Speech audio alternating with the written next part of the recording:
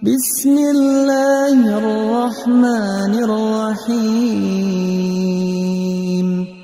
ألم نشرح لك صدرك ووضعنا عنك وزرك الذي أنقض ظهرك ورفعنا لك ذكرك فإن مع العسر يسرا إن مع العسر يسرا فإذا فرغت فانصب وإلى ربك فارغب بسم الله الرحمن الرحيم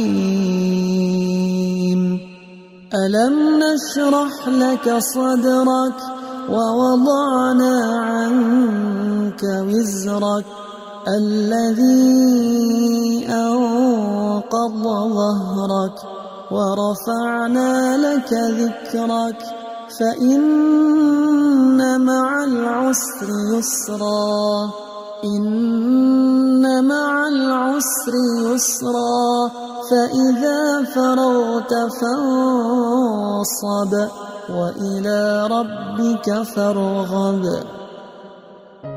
সূরা ইনশিরা পাঠের ফজিলত বা বরকত সম্পর্কে এখন জানি।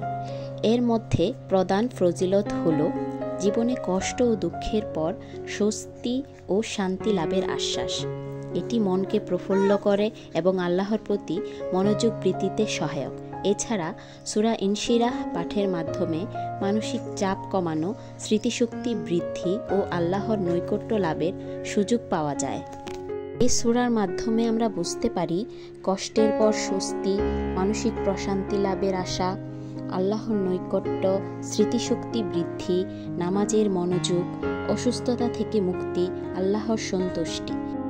সূরা ইনশিরাহ নিয়মিত পাঠ করলে আমাদের জীবনে ইতিবাচক পরিবর্তন আনতে পারব ইনশাআল্লাহ।